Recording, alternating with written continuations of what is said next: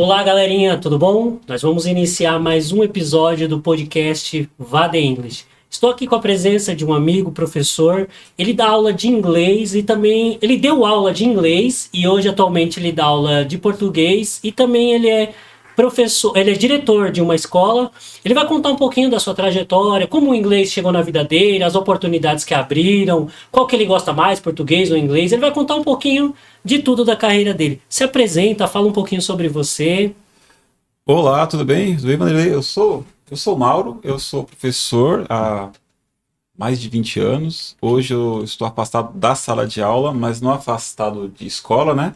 Eu sou diretor de escola hoje, educação infantil, e já trabalho com educação há esse tempo todo. Que bacana. Eu sou prioritariamente professor de língua portuguesa, sou especialista em literatura, né? Mas, assim, inglês é minha paixão também, eu sou apaixonado por língua inglesa. Sim. Ó, galera, então normalmente a gente joga dicas dos dois, né? Eu vou aproveitar essa oportunidade, eu vou pedir dicas dos dois, tanto para português como para inglês. Uma dica de língua portuguesa que a gente poderia dar, assim, falar, Vanderlei, uma diquinha básica, assim, se ele prestar atenção nisso, por exemplo, ele já consegue melhorar a sua escrita. Qual a dica que você daria para quem gosta de português? Escrever. Escrever. Ler e escrever. Porque é assim que acontece. As pessoas, a língua portuguesa, ela é a nossa língua mãe, né? A gente pensa em língua portuguesa, a gente Vive ela. sonha em língua portuguesa, a gente vive língua portuguesa. Aí quando tem alguma criança, algum aluno falando, eu não gosto de português, não tem como não gostar de língua portuguesa. Você pensa em português. A gente pensa, a forma como a gente pensa, a forma como a gente se comunica, Uhum. é a forma como a gente pensa.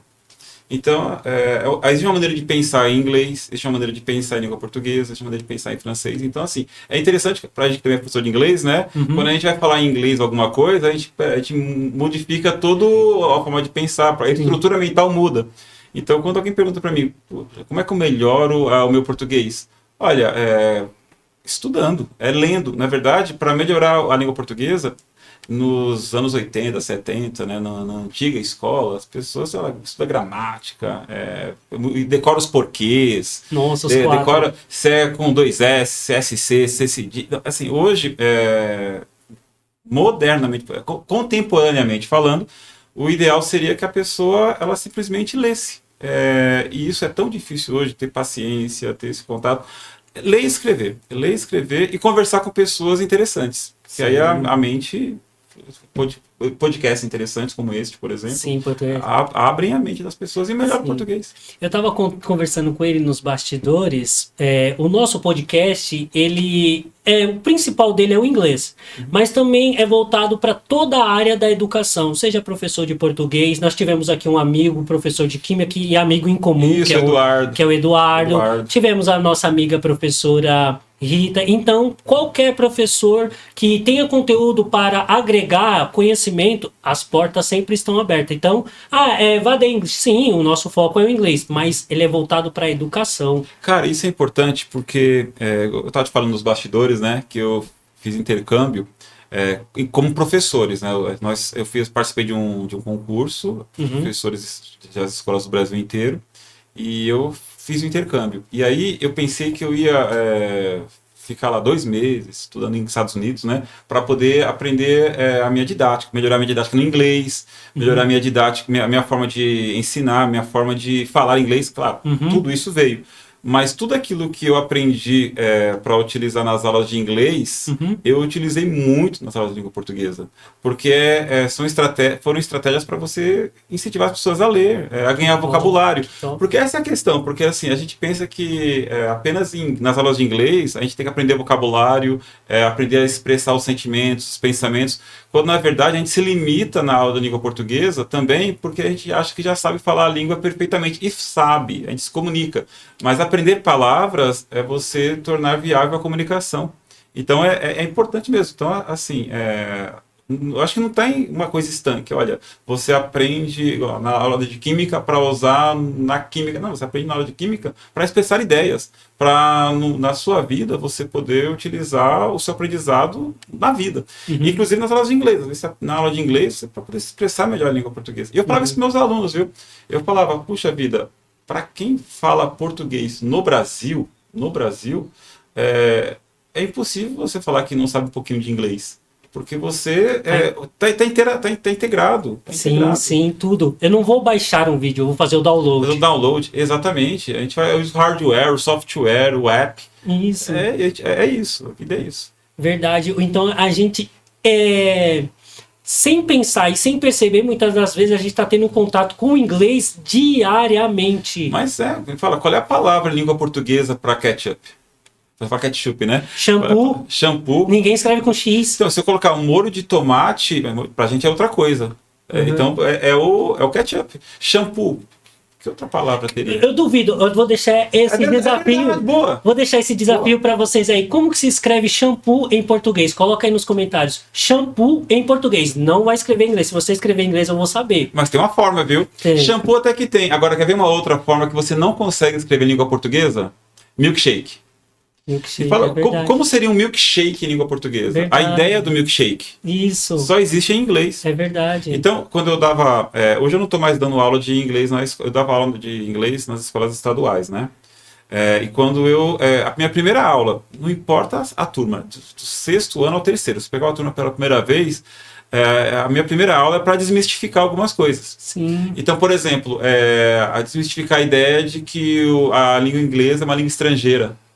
Pra gente que fala português, não é shampoo, milkshake, download. Então a gente sabe Facebook, né? Então, assim, e um outro mito que, assim, acho que o seu público é bem vasto, a gente tá nas redes sociais, assim, outro mito é que, assim, não, inglês é difícil, porque a gente escreve de um jeito e fala de outro. Então, uma frase longa para um negócio curtinho. Isso, mas esse negócio de escrever de um jeito e falar de outro me pega, porque, assim, é daquelas mentiras tão grandes, porque acontece, não é a língua inglesa que você escreve de um jeito e fala de outro.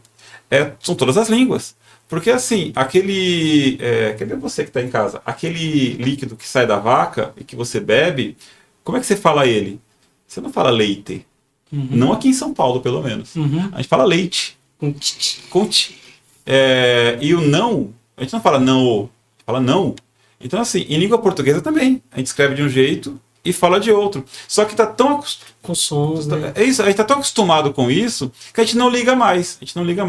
Tanto que quando tem lá no fundamental, na alfabetização, a professora quando vai editar alguma coisa, ela fala lê, i, te, para você pegar. Mas no dia a dia você não fala daquele jeito.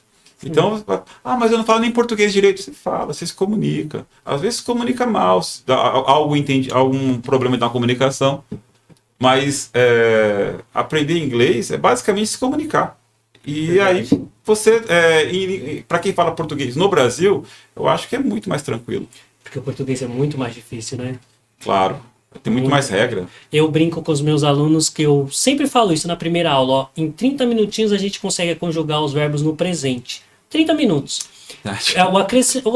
Os verbos que terminam com isso, você coloca ES no final. Perfeito. Os verbos que terminam com T, você coloca apenas o S. Aí verbos que terminam com Y e antes do Y tiver uma vogal, coloca o S. E às vezes, se tiver uma consoante antes, tira o Y, coloca o I de igreja, ES no final. Pronto, você aprendeu a conjugar. Agora em inglês, que veio para cá, para o Brasil, um americano, um gringo que veio para o Brasil, quanto tempo ele demoraria para aprender a conjugar os verbos em português? Então, e tem coisas que não dá para entender, conceitos de conjugação. Você falou do Simple Present, né? Que eu acho que é até mais complicado. Aí vai para o Simple Past, que ED. ED, pronto, matamos. ED tudo. Mas aí você dá aquela lista de verbos irregulares. Cara, isso aí é tranquilo. Perto do... Você tem uma lista de irregularidades para cada verbo em língua portuguesa. E aí, sei lá, eu amo, tu amas, ele ama, nós amamos, vós amais. Eu vou, tu vais. Eu vou, tu vais. Ele vai. E aí, eu fui, tu vais. Tu fostes. Tu postes. Nossa, é difícil. O português é extremamente difícil. Então, mas em inglês é mais tranquilo. Aí, você perguntou também nos bastidores o que eu gostava mais de dar aula de português ou inglês, né? Sim. Eu sou apaixonado pela língua portuguesa. Sim. Mas o inglês é muito mais tranquilo para dar aula, cara. Porque, assim, é muito de boa. Porque são coisas leves. Sim. Ensinar a língua portuguesa, você tem que convencer a pessoa que sabe o idioma que ele tem que melhorar o idioma. Sim. O inglês não, você olha, vai estar aberto. Eu vejo umas pessoas escrevendo nas redes sociais, me dá um socão no queixo, assim, ó. Nossa, Então, às vezes quando eu entro nos textão, entro nos comentários, nossa, ó, é a mesma coisa dói, que o né? Popó me dá um nocaute, Nocaute. meu Deus. Aquela cabeçada, né? Meu Deus, nossa, muito ruim, mas muito ruim. Então, mas eu não sei, eu não tenho opinião sobre isso. Aqui, assim, eu, quando vou ver um comentário em rede social, tem uma trava, mas eu acho que é uma trava em mim. Porque eu não consigo desenvolver se o texto está mal escrito. Nossa. Eu não consigo. Se o tal textão, eu não consigo ir até o final. Se é curtinho, eu leio, dá para entender, só que não dá. Quando eu começo a ver que tá travando a comunicação, eu não vou. Não dá. E isso é como a gente fala, né? Eu brinquei, usei a expressão de. É a mesma coisa de levar um queixo no soco no queixo. Soco no queixo. Mas, por exemplo, você vê assim como a nossa educação tá muito ruim, tá péssima no nosso país. Porque as pessoas não sabem diferenças básicas da língua portuguesa. A diferença de mas e a diferença de mais. Mais com i e mais sem o i. Aí fala assim, mas Vanderlei é muito difícil. Ó, uma diquinha que ajuda de milhões, ó. Se você quiser escrever mas e não lembra, escreve porém, Exato. todavia, entretanto. Não lembra, Vanderlei, é com i ou sem i? Você vai escrever mas e não lembra? Porém, todavia, entretanto. Você quer falar assim, ó, eu quero mais água. Aí você dá para colocar porém, todavia, entretanto? Não dá para colocar porém, todavia, entretanto. Então eu coloco i. Mais. Eu quero mais água. Mais água. Mas ótima ideia. É uma dica excelente. Mas tem um erro de português que, assim, na fala, acontece, né? Hoje em dia, nas aulas de português, na fala, a gente não costuma corrigir no dia a dia. Nas aulas, a gente tenta evitar para incentivar as pessoas a se comunicarem. Então, se você é meu aluno e você fala para mim, nós vai em tal lugar, eu falo, não é nós vai, é nós vamos, é nós vamos. E aí, na terceira vez que eu te corrijo, você para de falar comigo. Eu perco meu acesso a você. Sim. Então, o professor de português, geralmente, ele não vai corrigir, ele vai corrigir no texto. E vai incentivar a leitura. Então, porque assim, esse mas, esse mais, na nossa fala é cotidiano. Porque, novamente, falando do nosso sotaque aqui paulista. Sim. A gente usa, eu tô aqui, mas ele não tá. Na fala, a gente, mas ele não tá. Já virou costume, né? É hábito, mas ele não tá. Essa dica é maravilhosa. Só que no texto, foi o que eu falei, eu não consigo desenvolver a leitura, inclusive gera ruído na comunicação, se o texto estiver mal escrito. Então tem algumas coisas que, não é ser chato, ser professor de língua portuguesa, é porque não dá para gerar confusão. Mas tem algumas coisas que irritam. Por exemplo, tem palavras que não dá. Por exemplo, o que me irrita um pouquinho é a crase. A crase, porque assim, eu entendo a pessoa não saber a crase, ter dificuldade para crase e tal, eu entendo. Mas, por exemplo, aquele acento agudo no A, sozinho, ele não existe em lugar nenhum. Por exemplo, eu vou. Ele tem a intenção de fazer alguma coisa. E esse A com acento agudo para a direita. Isso aí não existe. Então você anda pela cidade, você vê aquelas placas com acento agudo. Isso não existe. E agora, você deu a dica do mais, né? A dica da crase é bem simples. É o contrário de ao. Claro, tem as exceções? Tem, mas se você pensar que o A com crase é o contrário de ao, você resolve 90% para mais dos problemas de escrita. Eu vou à escola, eu vou ao banheiro. Isso. É isso. Então o A, escola, tem a crase, é o feminino de ao. Sim. Galerinha, outra dica, essa dica eu aprendi com o meu professor José Miguel na faculdade. Exemplo, a gente marca de fazer uma viagem para a praia. Pronto, você vai à praia. Por quê? Você não vai morar. Você vai e vai retornar. Você vai à praia. Agora, se você for para morar, você vai para a praia. E aí eu falei, nossa, isso me ajuda muito, cara. Eu tinha essa dúvida ainda, eu falei, ele clareou assim, tipo, parecendo que... Ele tá falando de língua portuguesa, essa questão é complicada, porque o que acontece? De novo falando de língua portuguesa, né? Para não ficar muito chato, a gente perder o pessoal. É que é assim, é uma coisa chamada regência. Sim. O que é regência? Todo verbo, até em inglês, né? Sim. Todo verbo, ele é regido por alguma coisa. Sim. Por exemplo, se quem vai a algum lugar. Então, o verbo ir, ele perde uma regência que é o a lá na frente. Então, esquece os termos técnicos. Quem vai a algum lugar. Quem assiste a alguma coisa. Sim. Então, quando você mistura esse a, do assistir, do ir, ao um artigo, que é uma palavra que acompanha o substantivo, a escola. Eu vou à escola. Aí você junta os dois. Então, o ruim e complicado... Ruim não, né? A beleza. Porque, assim, eu não acho ruim. O complicado da nossa língua é porque, assim, da mesma maneira como todos os verbos têm uma conjugação, os verbos também têm regências das mais diversas. Então, complica para quem quer usar a língua formal. Mas no dia a dia, quando a gente vai lendo bons escritores, bons textos, a gente se apropria disso. Eu falo bons escritores, porque assim, tem livros que as pessoas não se preocupam muito com isso. Vamos usar a linguagem coloquial e está tudo bem. Só que se a gente quer se apropriar de uma linguagem mais formal, usar a comunicação de maneira mais adequada, seria interessante mesmo a gente se apropriar dessa outra forma de falar. E o legal para quem quer se comunicar bem, quem quer evoluir tanto na escrita, na forma de... Para quem quer ser um palestrante, um orador, ler em voz alta. Perfeito, é extremamente importante. Lê com calma. Grava um áudio você lendo, depois escuta. Exato. Treine em casa. Sim. Treine em casa, com os familiares. E é legal que essas dicas de língua portuguesa também servem para o inglês, né? Sim. Porque você pergunta, o que a pessoa pode fazer para aprender mais língua portuguesa? Ler. Inglês também. Ler bastante. Em voz alta é muito saudável. Ler bastante. Em voz alta. Decora música, decora poema, canta, destrava. Isso. Eu, quando era criança, né, aí eu começava a ler e não sei se era por problema de visão, não sei. Eu pulava as letras. Nossa, eu já parecia que eu queria adivinhar a próxima aqui que estava vindo. Isso me atrapalhava muito. A professora falou assim, lê com calma, lê pausado. Não eu tô falando para você parar, lê, respira, calma, não se acelera muito. Isso me ajudou muito. Isso. Aí também daí vem um mito também que a gente aprende lá no comecinho, que a vírgula é uma respiração. Sim. Não é respiração.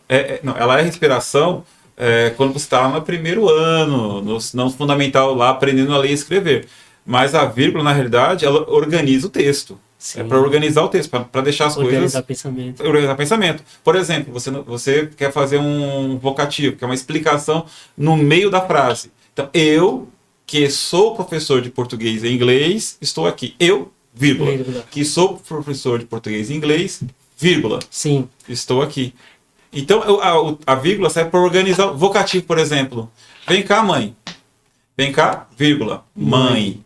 Para organizar o texto. Então, assim, não é só a questão de ter uma respiração. É porque o texto organizado tem isso que você falou. A gente respira, a gente lê adequadamente. Então, pegou essa dica. Uma das dicas da vírgula, você está chamando alguém, vírgula, Mauro, vírgula. Manda um abraço pro Eduardo. Perfeito. Manda sim. É isso aí, com a vírgula. Exatamente. Isso.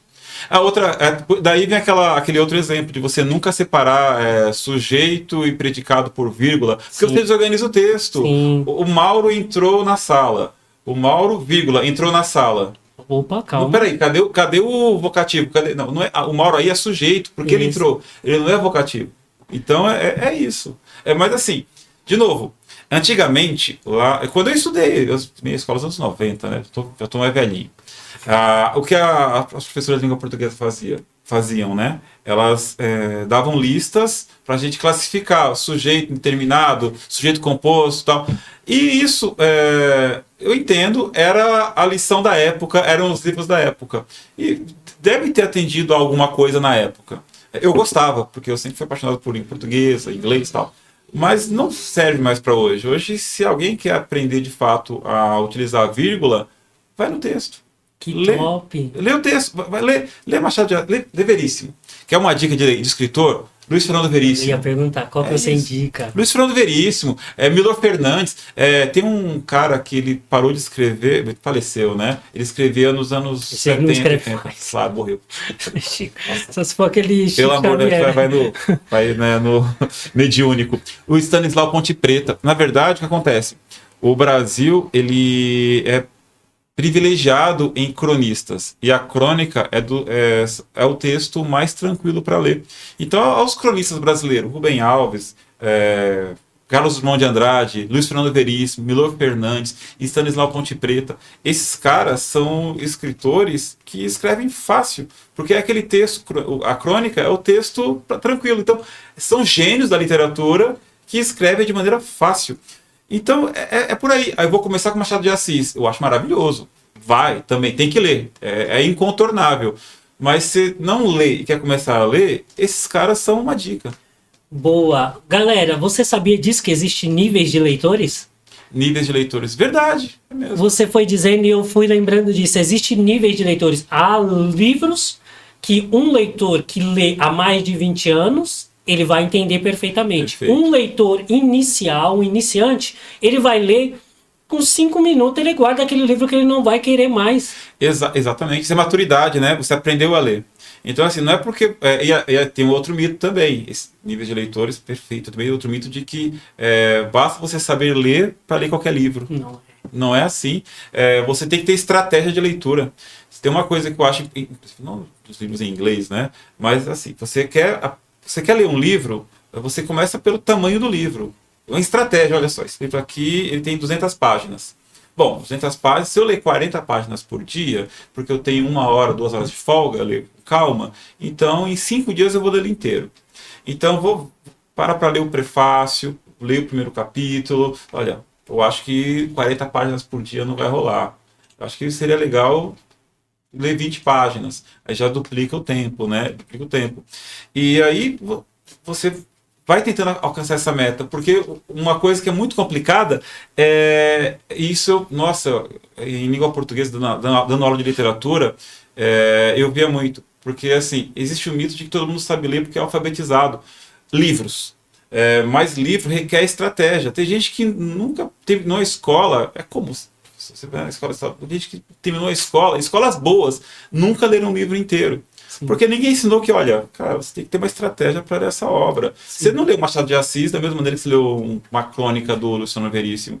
Você não lê, sei lá, um clássico do, sei lá, o James Joyce, lá, o Ulisses, como você lê... Turma da Mônica. Turma da Mônica. E não quer dizer que são livros melhores ou piores. Não, quer dizer que... Olha, níveis, né? Igual... você ia falar alguma coisa? Desculpa. Não, pode falar, pode falar. Igual níveis de influência. Que, assim, as pessoas acreditam que, não sei, eu falo leigo, né? Sim. Que, olha, ser fluente em inglês é uma coisa estanque. Olha, eu sou fluente e acabou. Não, voltando a falar do intercâmbio que eu fiz. Eu fiquei em Chicago por 2 meses, né? Fazendo esse intercâmbio, esse curso.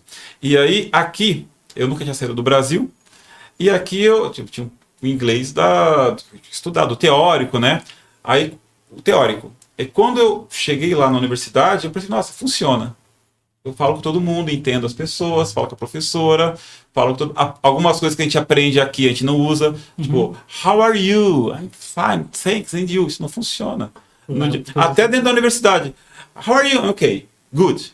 Só o básico. Ok, beleza. Aí, na universidade eu me comunicava. No shopping center, ok, também me comunicava, porque o cara lá tá fazendo um esforço para vender alguma coisa para você. Quando a gente vai para as ruas, já é diferente. Falei, puxa vida, aqui pede outra fluência, pede outra comunicação. E essa comunicação que não está nos livros, porque ela precisa de vivência. Então, assim, se você quiser fazer se puder e quiser fazer, faz, porque ajuda bastante, resolve bastante. Mas, assim, as aulas, você resolve também. O que eu estou falando é assim, em cada lugar você vai ter um tipo de inglês sendo falado. Nossa. Porque a gente pensa que, de novo, o leigo pensa que inglês é a mesma coisa. E aí, quando eu dava aula, antes de ter feito esse intercâmbio, eu falava, não, tem um inglês na Austrália, tem um inglês na Inglaterra, tem um inglês nos Estados Unidos, um inglês norte-americano. Aí, quando eu chego numa cidade, eu descubro que existem vários ingleses dentro da cidade, sim, nos locais. Aí você, puxa vida, e aí você vai se comunicando. E aí é o óbvio, porque aqui também tem o sotaque da Zona Leste, sim, tem o sotaque lá do Bexiga, lá do São Paulo, sim, tem o sotaque da Zona Sul, lá de Mando Brown. Sim. Então, é o óbvio, mas assim, é preciso viver a experiência para poder sentir isso. Igual conversar com uma pessoa que mora em Nova York e conversar com alguém que mora no Texas. Nossa. Perfeito. Em Nova York a gente consegue de boa, né? Mas agora o Texas, oh meu Deus, o negócio é mais puxado. Assistindo série dá pra perceber isso. Sim. Você assiste Friends, o pessoal aprende inglês com Friends, né? São os meninos de classe média, Nova York e tal. Agora você vai assistir uma série de negão, sei lá, o Blackish, Todo mundo odeia o Chris. Todo mundo odeia o Chris. Quando ele tá no Brooklyn, sim. A gente fica meio perdido. Agora, quando ele tá com a professora, a gente... Preciso pegar alguma coisa aqui. Mas assim, a gente percebe também aquela outra série, Eu, a Patroa e as Crianças. Nossa, eu amo essa série. E é fluente, porque são negros de classe média. Sim. De classe média. Então, assim, eles têm uma linguagem mais padrão. Repito, se eu não falei, eu vou falar agora. Não quer dizer que uma língua é superior à outra, não. Quer dizer que são formas de falar o idioma. Sim. Tem aqui, tem lá, e tem no mundo inteiro. Sim, que top. Que bom. Ô, galerinha, já coloca aí a sua dúvida. O que você gostaria, qual a dica que você gostaria de perguntar? Deixa aí no comentário que, tem muito conteúdo pra gente aprender. Qual dica que você daria agora pro inglês, pra quem quer aprender? Qual dica que você daria, vai? Olha, não ter medo. Não ter medo. Não ter medo de falar. Na verdade, assim, o que acontece? Tem algumas dicas que são meio standard, né? São padrões. Não, você lê bastante, aprende lá a gramática, faz lá os exercícios, os grammars. Você tem que falar, escutar, coloca tudo em inglês, coloca inglês na sua vida. Então, você vai à feira, pensa, vou comprar orange, watermelon. Mas, assim, tem uma coisa que é importante e assim, acho que é pouco falada, que é falar. Porque, às vezes, o que trava a pessoa é não falar o inglês perfeito. E olha, se você for esperar 5, 6 anos de uma escola de inglês, ou 2, 3 anos de uma aula particular, para sair falando, não vai rolar. Você não tem paciência. Até rola, mas, poxa, que paciência que eu tenho. 3 anos, 4 anos para poder falar com alguém. Cara, 6 meses, vai lá e fala. Mas assim, vão tentar te entender. Eu acho que com 6 meses já dá para se desenrolar de boa na Disney, tranquilo. Porque lá as pessoas querem. Sim. Você é um cheio de turista. Exato, dá para você se desenrolar de boa. Agora, com 6 meses você não vai dar uma palestra. Com certeza. Uma palestra. Mas mesmo sem saber o inglês, o advanced, sem saber o avançado, eu acho que dá pra, dependendo do local, você dar uma palestra em inglês. Porque as pessoas estão interessadas em te ouvir. Da mesma maneira, acredito que, nossa, o português que os dois estão falando aqui é o português padrão. Não, tá cheio de desvios, e é normal. E no inglês também, só que assim, a gente não pode ter medo de falar e coragem também de enfrentar algumas coisas. Assistir um filme sem a legenda, cantar, fazer amizades com pessoas. Cara, eu já estou em uma idade bem legal. Então, quando eu comecei a estudar inglês, não existia DVD, cara. Então, como é que eu aprendi inglês? Olha a aventura. Eu alugava a fita, o VHS, que era o videocassete. Eu pegava uma cartolina e colocava na parte de baixo da legenda. Pra não ver a legenda. E não tinha série, era só filme. Porque essa coisa de série é mais recente, mais veio com o DVD. Então, eu tava lá assistindo lá o Coração Valente em inglês. Sem legenda. Mas isso é tão básico hoje, você vai no stream e tá lá. Mas assim, quando isso começou a acontecer com os DVDs, maravilhoso. E hoje eu vou no cinema, tá tudo dublado, dá uma tristeza. Porque a gente perde esse contato, cara. E sem contar que ele tem as adaptações na hora que vai fazer a dublagem, para não perder o tempo da boca. E aí põe algumas expressões para não também perder muito do sentido da ideia que a pessoa falou em inglês. Mas às vezes muda muito. Muda o filme. Nossa, muda muito. Eu coloco filmes em inglês com os meus alunos, aí eu falo assim, deixa eu ver que adaptação que eles colocaram em português. Eu coloco, falei, nossa. Então, começa pelo título. Tem um filme que eu gosto bastante, dos anos 80, chamado The Blues Brothers. Em inglês, The Blues Brothers, os irmãos do blues. Em língua portuguesa, os irmãos cara de pau. Olha. Assim... Tá, ok. Tem um outro que nossa, isso eu falava em sala de aula sempre. Nem mais tão novo esse filme. Que eu assisti. É do Clint Eastwood, eu acho que é o diretor. Que é Sobre Meninos e Lobos. Em português, sim. Sobre Meninos e Lobos. Sim. Em inglês é Mystic River. Nossa. Mystic River, o Rio Místico. Mas de onde está a mudança? Porque cadê os lobos? É para vender, para deixar mais adaptável, mais palatável. Então é isso, né? E fora algumas aberrações, tipo o pequeno Stuart Little. umas coisas assim que você já é pequeno, então assim, mas por isso que é interessante já ir na fonte. É verdade. O pequeno, Stuart e depois Little no final. Então, são aberrações. Então, Seu Little já é pequeno. é pequeno, o Stuart é o pequenininho, é o Stuart pequenininho, o pequeno, o Stuart pequeno. Então, tá ok. Vida que segue. Eu tô entrando aqui. Eu já tinha até aceitado esse nome. É verdade. É que não para pensar, né? Agora que eu percebi, o pequeno Stuart Little, eu já tinha aceitado esse nome normal. Então. E entrava na minha mente e eu aceitava. Agora que eu percebi. O pequeno. Então, cai a ficha, né? É, oxi. Pior que quando a gente vê, não dá pra dizer. Aí não, o pequeno Stuart Little. Nossa, essa foi boa. Então, é por aí. E sem contar que o título chama atenção para vender. Igual você disse, se eu olho esse título e esse título é bom, eu falo, nossa, esse livro deve ser bom, hein? Isso. Eu olho esse título, não vi nem o resumo do livro, mas só para olhar, falo assim, vamos lá. Uma pessoa que gosta de ler livros, As Marcas da Cruz. Olha, que chamativo. Bacana. Há uma pessoa que gosta de filmes de aventura, ficção. As Aventuras na Volta ao Mundo. Exatamente. Ele te prende. Antes de você ler o resumo, o título ele consegue te prender de tal maneira e faz você comprar aquele livro. Exato, mas também tem a ver com cultura. Porque, por exemplo, um filme americano, o público lá, em sua maioria, é um público. É um país protestante, é um país que tem guetos lá para as pessoas negras, é um país que tem um sul lá, o Texas, que o pessoal gosta de arma, é um pessoal que é muito alfabetizado, é uma cultura de alfabetização e militarismo, uma alfabetização muito anterior à brasileira, e militarismo desde sempre, que é Estados Unidos, né? Então, um tipo de título que chama atenção lá, não chama aqui. É verdade. Então aqui teria que talvez explicar melhor, talvez teria que deixar mais claro. Ou então, às vezes, é por escolha. Eu tenho medo, vou colocar esse próprio subtítulo, né? Sim. Por exemplo, lembrei de outro agora, falando com você. Tem o primeiro filme do Rambo. Aqui, o nome do filme é Rambo.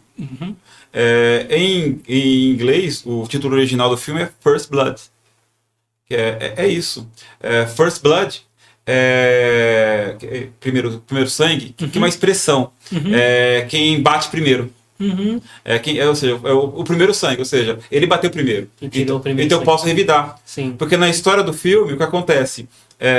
O Rambo está voltando para o Vietnã e vem o delegado da cidade, o xerife da cidade, não sei, e agrediu primeiro ele, expulsa ele e agride ele. Então, olha, tem uma hora no filme que ele tem uma fala dele no filme: I was on the first blood.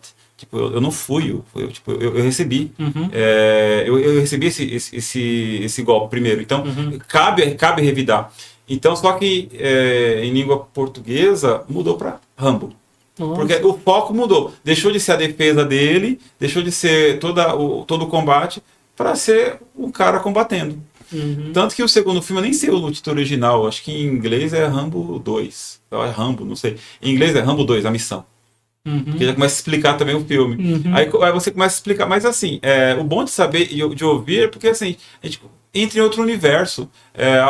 Trocadilho, não dá pra ter trocadilho em um idioma igualzinho no outro. Sim, é outro universo. Legal. Pergunta, professor. Como que você disse uma das formas que você aprendeu inglês, né? A gente pode mostrar em inglês, uma das formas que você aprendeu inglês, se eu perguntar assim, how did you learn English? Você poderia explicar um pouquinho de como você aprendeu? Em inglês? Pode ser em inglês, pode ser em português. Em português é melhor. Faz tempo que eu não falo inglês com ninguém. Eu poderia tentar. I learned English studying alone with grammar books, watching movies, reading a lot. And that's it. I think that's it. Acho que Great. Então foi a mesma estratégia, lendo bastante, assistindo filmes, os materiais eram bem escassos. Listening to music, ouvindo música também. Sim, música. Mas era pouquíssimo material comparado a hoje. Assim, a dificuldade antes era chegar no material, o material chegar até a gente. Hoje a dificuldade é selecionar material. Tinha um programa, there was a TV show on Cultura TV, Crossroad Café. Eu acho que tem no YouTube, o Crossroad Café, que tinha um programa na Cultura, ele passava 11 da manhã. Uma professora explicando, é isso? É isso mesmo. Um público cheio de jovem, uma plateia cheia de jovem. Não, isso aí é outro, que é o inglês com música. Sim, cara, Inglês com música.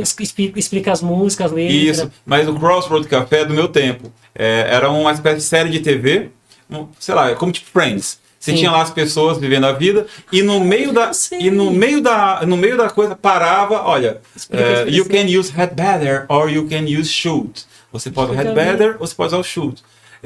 Assim, e aquilo ali era numa hora que eu estava todo ocupado, ou trabalhava, ou estudava, eu queria assistir aquilo. Era só naquele horário. Hoje você vai no YouTube, você acha milhões. Pausa, volta. Eu não entendi. Volta de novo. Eu não entendi. Volta mais uma vez.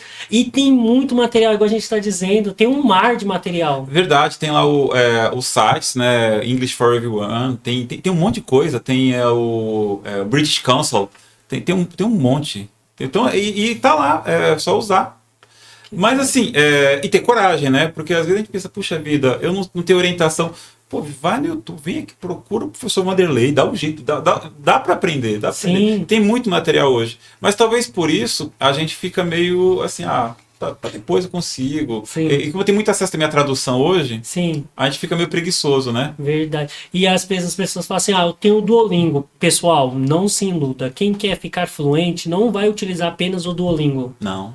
Tem que ir pegar outros meios. Pode ser o Duolingo para você começar, tal, tirar as rodinhas da bicicleta, conhecer um pouquinho de cor, conhecer um pouquinho como fala café da manhã, e vai sim melhorando. Mas se você quer ficar fluente, você tem que partir para um filme. Isso. Mas não é igual aquela coisa de quando o cara chega na academia, ele pergunta pro iniciante, qual é o seu objetivo aqui? Eu quero ganhar massa, emagrecer, criar músculo. Igual na aula de inglês, qual é o seu objetivo aqui? Aprender inglês. Tá, eu sei, mas para quê? Pouco se pergunta isso. Eu quero aprender inglês para ouvir música. Eu quero tocar numa banda, eu quero ser vocalista. Eu quero assistir filme. Então, assim, eu quero viajar, eu quero trabalhar, eu quero melhorar meu salário. Eu quero mas viajar para onde? Viajar para fazer uma faculdade, viajar por turismo. Então, direciona o seu aprendizado. Eu acho que vai aproveitar muito melhor. Como professor particular, por exemplo, isso é maravilhoso. Cara. Você foca, então você precisa passar na alfândega. Então, seria interessante aprender o vocabulário dali. Olha, você vai fazer compras. Então, você não precisa, nesse momento, aprender um vocabulário extenso para poder dar uma palestra. Isso vai chegar em algum momento. Sim. Mas vamos focar ali. Por exemplo, eu gostava muito de ver cinema, mas muito. Um dos meus sonhos em inglês era assistir, eu quero ver sem legenda. Eu quero... E assim, por que acontece? Eu gosto muito de cinema, né? E aí tem estudos que dizem que o nosso olhar, o olhar do brasileiro, ele não está acostumado com toda a tela, porque a gente aprendeu a ver filme vendo legenda. Então a gente olha para baixo, a gente olha aqui embaixo. Ou não consegue ver a grandiosidade das interpretações, porque a gente vai na dublagem, que é boa. Mas não é o Marlon Brando, não é o Al Pacino, não é o De Niro. Então assim, aí quando a gente pega e assiste o original, o Daniel Day-Lewis interpretando os espaços, a música, tudo, e sem precisar ler nada, ouvindo da voz dele, gente, isso é grandioso. Você falou algo muito legal. Uma vez eu vi na internet que estava tendo, acho que foi no TikTok, o camarada explicando e falando que o ator Michael Kyle, que é daqueles irmãos, Will né? Brothers. Dos irmãos muito talentosos.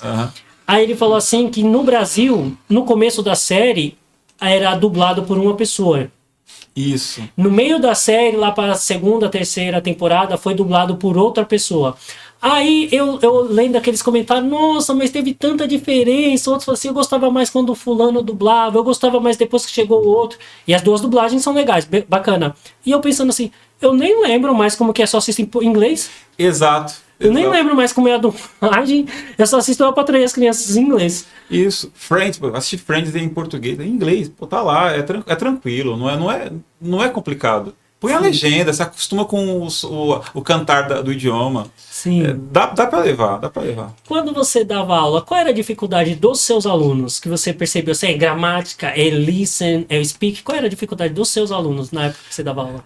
Dando aula de língua inglesa em escolas estaduais, eu tenho que ser sincero contigo. Não dá para trabalhar muito speaking. Porque o que acontece? Você tem numa sala de aula 35 crianças, 100 minutos na semana. São 2 aulas de 50 minutos. Então a gente tem que fazer o trabalho que dá. Mas o trabalho que dá não é o verbo to be, como é a lenda, né? Sim. Dá para ensinar bastante coisa, Sim. bastante coisa. A maior dificuldade dos meus alunos não era nem escutar, porque às vezes a gente passava alguma coisa, passava um filme, criava estratégias, texto, leitura. Mas assim, a maior dificuldade era convencê-los de que era possível. Por isso eu já começava quebrando os mitos. Convencê-los de que era possível aprender inglês. Quando você pegava uma criança, era quinta série, já sexto ano, né? Lá do começo, e acompanhava, eu já fiz isso, acompanhava até o terceiro ano, eles se acostumam a ler em inglês. E isso já é bastante coisa, pensar em escola pública no Brasil. Sim. E aí desperta a curiosidade de ouvir, de falar alguma coisa. O pior dos mundos para mim, e aí eu tenho que ser bem sincero, era quando chegava um aluno lá no meio, eu tô com uma turma há 3 anos, aí chega um aluno da outra escola, ele sem essa crença de que ele ia aprender. Aí eu tenho que fazer todo esse convencimento nele para ele acreditar que ele conseguia aprender. Você pega o texto, e quer ver um mito muito bacana na minha aula, eu pegava um texto impresso, sei lá, 1000 palavras, tava lá 1000 palavras, dava na mão da criança, lê. Se era um aluno que estava acostumado com a minha forma de ensinar, ele parava para ler. Ele a sublinhava, procurava a palavra cognatos em portuguesa, palavras que ele sabia. E olha, professor, tá falando sobre a Índia, tá falando de comida, tá falando sobre fome também. Essas palavras eu conheço. Tá falando sobre chuva, tá falando sobre trem. Então, então você já leu. Se fosse japonês, você não saberia nada. Se fosse ideogramas, você não saberia nada. Então, assim, você sabe alguma coisa aí. Sim, a partir disso, vamos pegar. Qual palavra se repete bastante aí? Essa palavra aqui, olha. Food. Food. Apareceu 10 vezes, eu não sei qual que é ela. Vamos procurar no dicionário. Você tem que procurar essa. Você não vai procurar o are. Eles falavam assim, né? O are, que é o verbo to be. Não, deixa essa palavra de lado por enquanto. Food, 10 vezes. Comida, então. Você achou comida. Então, o texto tem muito, é sobre isso. Agora, se chega alguém sem essa crença, vai olhar o texto e fala, mas você é louco, eu não vou ler isso aqui. Não consigo. Não vou ler. E aí, sabe o que é pior? Quando você dá um texto de 2 linhas para ler, é mais difícil. Por quê? Porque quando você dá um texto de 1000 palavras, das 1000 palavras, alguma ele sabe. Se você dá um texto de 2 linhas, sei lá, 10 palavras, se ele não sabe uma, é muita coisa. Desestrutura tudo. Então, quanto mais. Então, ou seja, eu tô falando isso porque, assim, se você pegar um livro de 200 páginas em inglês para ler, você vai conseguir ler alguma coisa. Vai conseguir ler alguma coisa. Muito mais fácil do que você pegar um texto de 3 linhas. Vou tentar ler por aqui. Que também é possível. Mas quanto mais coisas você vai saber dali. Porque em português do Brasil a gente não traduz, a gente usa. Aqui a gente fala o mouse, não o rato. Isso. Legal. E o legal também, galera, é se desafiar, não é isso? Putz, é maravilhoso isso. Se desafiar. Eu coloco assim, por exemplo, vamos lá, uma música que a pessoa... Que música que você gosta, professor, em inglês? Eu gosto. Beatles. Tá aí, Beatles. Beleza, aí você... Qual a música que de inglês, tu gosta de Beatles, né? Meu padrão, né? Meu padrão. Os camaradas é talentoso. Qual música que você gosta deles, pra gente pegar um exemplo? Hey Jude. Então, beleza. Você começou a aprender inglês tem 1 semana, 1 mês, vai. E você quer aprender essa música. Começou em janeiro. Sabe aquela promessa que a pessoa sempre faz no final do ano? Final do ano eu vou emagrecer, final do ano eu vou estudar, final do ano eu vou pra academia, final do ano eu vou me focar, vou aprender um idioma. Então, sempre faz essa promessa. Aí em janeiro começa. Fala assim, o meu objetivo é em 1 ano aprender a cantar essa música dos Beatles. É isso. Em 1 ano. Mas pode fazer chuva, faça sol. A primeira dica que eu vou dar para quem quer aprender com música, lê ela, mas lê umas 10 a 20 vezes. Lê, mas lê que seus olhos vai sangrar. Você decorou a música, tanto lê. Põe no fone também. Isso. A segunda opção, se é uma música que você vai aprender, é uma música que você gosta. Então Você já ouviu milhões de vezes ela. Isso. Então, quando você for ver o camarada cantando, você vai pegar a letra e vai tentar acompanhar ele, lendo. Lógico que ele vai estar mais rápido que você, mas você vai estar lendo ali, acompanhando. Segunda, você vai fazer isso umas 20, 50 vezes também. Terceira opção é você deixar ele cantar e apenas ouvir. Vai ouvindo, e acompanhando ali a letrinha, lendo. Mas só acompanhando ele. E a terceira é você mesmo cantar igual karaokê. Igual karaokê. Você canta e só deixa a letra passar ali, a batida, sem ele cantar, só você. Perfeito, é isso mesmo. Em 1 ano eu duvido você não aprender essa música. Aprendi menos tempo. Desse jeito, aprendi menos tempo. Mas é isso mesmo. Eu acho muito estranho essa falta de curiosidade de você não saber o significado de uma música que você gosta e continuar cantando a vida inteira, sem cantarola ela, murmura ela de alguma forma e não busca saber o significado, não busca cantar. Meu, eu acho tão estranho isso. Tem uma música muito pesada que parece romântica, que é mais ou menos dos anos 2000, 2005, que ela é uma batidinha bem gostosinha, parece romântica, já vi até pra casamento. É I Don't Want You Back. Não coloca a tradução, que é muito pesada. Ó. É um casal... Eu não te quero. Eu não quero de volta. E pra casamento é doído, né? Isso. E sem contar que a música é de um casal, a mulher traiu o cara e o cara chama ela de santa pra baixo, entendeu? Pra não falar o contrário. Então, ó, não procure a tradução dessa música e não só escute ela se você quiser saber a tradução. Verdade. Você falou isso, eu lembrei. Vou estar falando de cinema. Outra coisa interessante é porque tinha um mito de que, olha, o cinema brasileiro fala muito palavrão. E o cinema americano não fala palavrão. Na verdade, a gente muda as palavras para não ficar pesado. Voltando nesse assunto, muda a dublagem. Hoje não, hoje eles colocam, né? Acho que 2005, 2000 pra cá. Só coloca lá proibido para menores de 15, 16. Você não acredita que um bandido vira pro policial quando foi preso e fala, seu filho da mãe? Não dá pra acreditar nisso. E a gente assiste, nossa. Seu babaca. Seu babaca, nossa. Os tiras estão chegando. Os tiras, nossa. Ai, seu tira. Não é. Aí a gente pega o filme brasileiro e fala, nossa, que sujo, usa muito palavrão. Hoje em dia tá um pouquinho mais, né? Só que é muita limpeza, eles tiveram assim, e a arte é um pouco suja. E quando a gente gosta, a música é bonita, mas se eu aprendi, não serve para isso aqui. Olha, o filme é bacana, mas para tal público não serve, porque no original, pô, é pesado, né? E eles ficam limpando na dublagem. Tem que ter a arte. Eu costumo falar que para quem sabe inglês, as coisas chegam primeiro. Porque se a gente gosta de internet falando língua portuguesa, imagina em inglês, que o inglês é a língua da internet. Então vai ser muito mais espetacular, vai ser muito mais maravilhoso. Isso. E a gente estava falando também em questão de professores numa sala de aula com 35, 40 alunos. Aí tem gente que fala assim, nossa, na escola estadual o ensino é muito ruim comparado à escola particular. Só que tem muita gente que não sabe que o mesmo professor que dá aula na escola estadual é o mesmo professor que dá aula, às vezes, numa escola particular, uma top. É o mesmíssimo. Por exemplo, o meu amigo professor Bernardo falou muito isso. Porque tem muitos professores que dão aula em duas escolas. Eu já dei, por exemplo, em escola particular e... Isso. O que muda? Às vezes você tem mais um professor na sala de aula, são 2, 3 professores. Aí na escola estadual é um professor só para 30, 40 alunos, aí complica. Aí vai vir a minha crítica social. Posso? Pode, vai. Porque assim, quando o pai ele paga a escola, tem isso também. Ele vai cobrar a apostila, vai cobrar da criança, vai cobrar do professor. Sim. Então todo o processo com a cobrança, sim, tem isso aí, é bom e é ruim. Agora, nas escolas estaduais, a gente tem a ilusão de que aquilo tudo é de graça. Sim. E não é dinheiro dos impostos. Então, assim, às vezes a criança, por ser, às vezes não mora com a família, é desassistida, então, às vezes não tem a família por perto.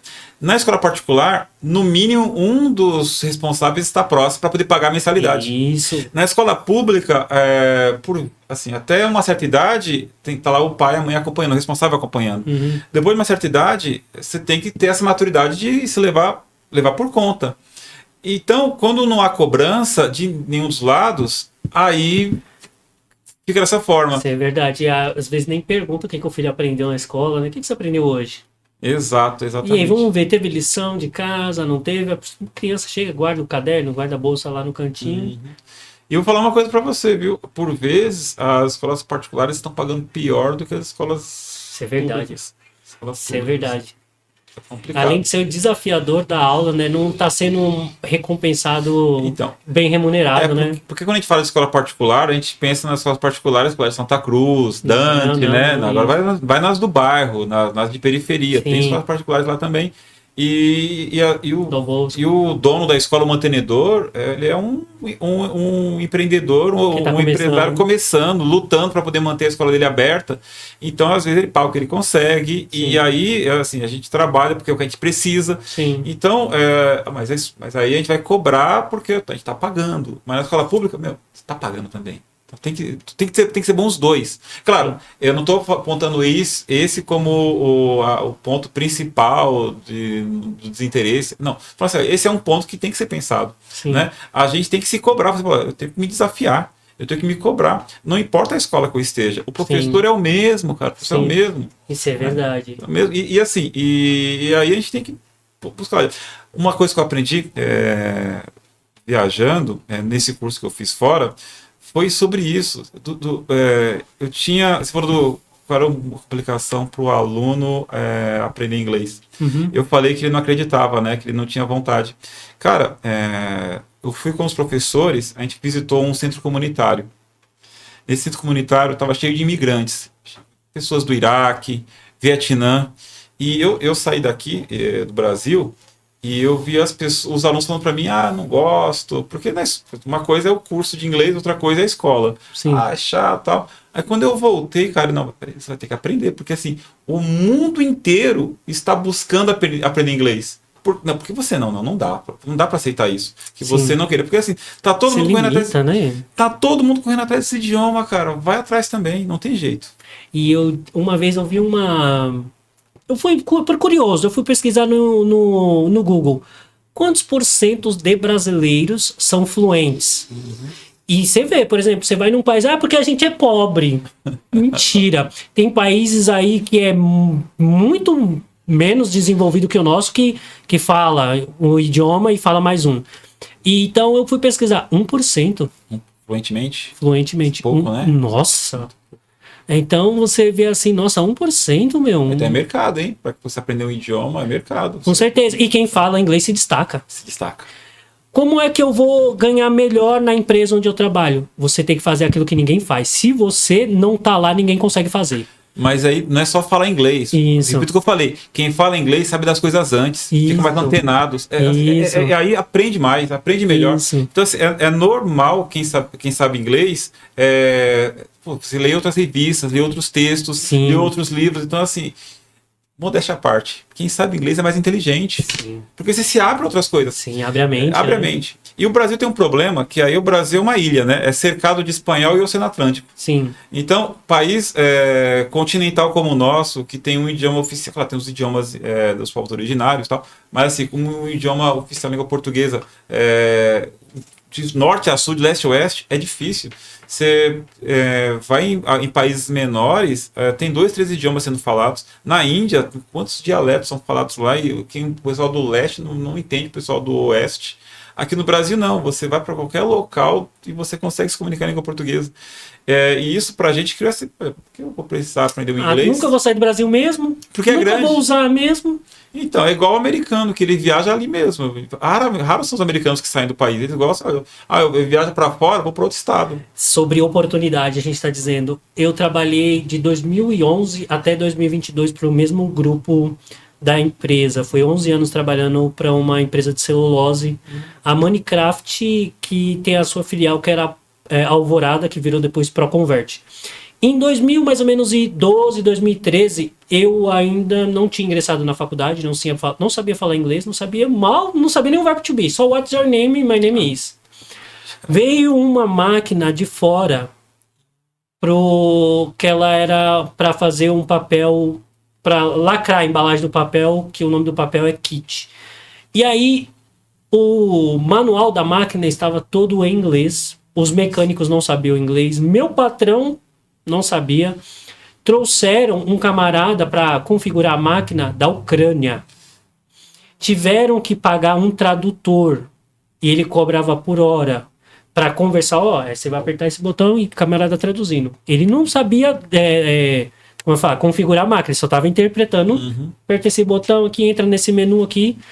E aí ficou mais ou menos em média, eu acho que foi uma semana o camarada interpretando. Até fazer a configuração. Eu falei assim, eu trabalho na empresa, já faço parte da empresa. Se eu falasse inglês, eu cobrava extra. Perfeito. Perdi uma oportunidade. Na verdade, eles iam dar alguma vaga para você permanecer ali, porque qualquer coisa que surgisse seria você. Eu fiquei assim de boca aberta. Eu falei, e eu na época, se não me engano, eles não sei qual o valor que cobrou pro camarada interpretar. Eu acho que era primo do patrão, algo do tipo assim. Mas foi uma grana. Cara, e Ele cobrou por hora. Eu comprava até mais caro. Eu comprava por minuto. Você tá é a sua urgência? Você que tá com as calças na mão, eu tô de boa, filho. É você que tá precisando, não é eu? Eu ponho o valor que eu quiser. Exatamente, é por aí mesmo. Tô com a corda no pescoço, eu preciso, me ajuda. Então eu vou cobrar o valor que eu quiser. Então, e o inglês é padrão. Assim, desde do Império Britânico, que o inglês é a língua do mundo. Então é isso. Então, assim, vai estar no idioma local e em inglês. É isso. Então, foi, cara. O cara da Ucrânia que sabe inglês. Porque é isso. Sim, aí eu fiquei pensando, eu não me esqueço disso, isso não me desce. Não, eu tenho que aprender esse idioma. Não vou perder mais oportunidades, cara. E é isso, se você quer aprender inglês, não pode perder as oportunidades. Tem coisas que passa só uma vez na sua vida, não vai passar de novo. Então, mas olha, tem uma situação interessante, tem bolsas de estudos da Fulbright. Fulbright, você pode até jogar no YouTube, você vai perceber, ela dá bolsa de estudos, intercâmbio, pro mundo inteiro. E o que acontece? No Brasil, eu não sei agora, faz tempo que eu não pesquiso. No Brasil, eu fui por eles, né, quando eu fui, e é gratuito mesmo. E quem paga é o Departamento de Estado americano, que mantém esse vínculo. É uma espécie de boa vizinhança, uma espécie de você manter a diplomacia. Tem uma bolsa lá que sempre sobra vagas. Bolsa para professor de história ser professor assistente em faculdades. Por quê? Porque para você conseguir essa bolsa, você tem que saber inglês. Que top. Então, foi o que você falou, você tem que aprender. E aí você vai no que você gosta. Não importa que você seja professor de história. Se você é professor de história e sabe inglês, olha só, você consegue esse intercâmbio de 6 meses a 1 ano nos Estados Unidos como professor auxiliar. Ou conseguia, não sei, mas deve ter alguma outra bolsa com o mesmo patamar. Porque o que acontece? Raros são os professores de história que sabem inglês. A gente tem muito conteúdo, cara. Eu gostaria de fazer só mais uma pergunta. Você, igual eu perdi uma oportunidade. Já chegou oportunidades quando você ainda não sabia inglês, ou também você já teve oportunidades por saber inglês? Cara, é que a minha história ela é um pouco diferente, né? Eu já comecei a aprender inglês desde muito cedo, muito cedo. Eu tinha 18 anos, eu entrei numa empresa como peão mesmo, como operário. Eu também, quando eu tive essa oportunidade, eu era assim, operário. Como eu tinha pouco contato com as pessoas, mais contato com as máquinas, eu vou aprender informática, entrar no curso de informática, era chamado de computação na época, né? E terminei esse curso, já fui fazer inglês. Então, quando eu comecei a fazer a faculdade de letras, eu já tinha inglês mais ou menos. E aí eu já fiz concurso e já entrei como professor de inglês. E aí tem uma história interessante para finalizar, né? Que é assim, eu lembro que quando eu entrei no curso de inglês, eu falei, vou fazer porque eu sei que é importante. Eu não era apaixonado por inglês, mas eu tenho que aprender isso aqui, porque eu sei que tinha um amigo que ele sabia inglês, estava morando na Inglaterra, eu falei, qualquer coisa eu fujo para lá, vou com ele, né? Sim. Mas é difícil. Aí quando eu entrei no curso de inglês, parecia que eu sei isso aqui, sabia o tempo inteiro, porque cada coisa nova que o professor vinha passando pra gente, cada coisa nova, eu falei, mas, eu entendi que o jeito do professor me ensinar na escola não era o meu jeito. Sim. Aí eu me encontrei de outras formas, né, mais dinâmicas. Então, aí eu descobri, nossa, meu mundo se abriu. Então, respondendo diretamente para você, quando eu aprendi inglês, eu já comecei a dar aula, eu já fui para o estado e já desenrolou. Eu não posso falar para você que eu perdi oportunidades por não saber inglês, mas assim, o fato de eu saber inglês... Mas abriu tudo, abriu oportunidades maravilhosas para mim. Que legal. Claro, rico, eu escolhi ser professor, né? Então, professor...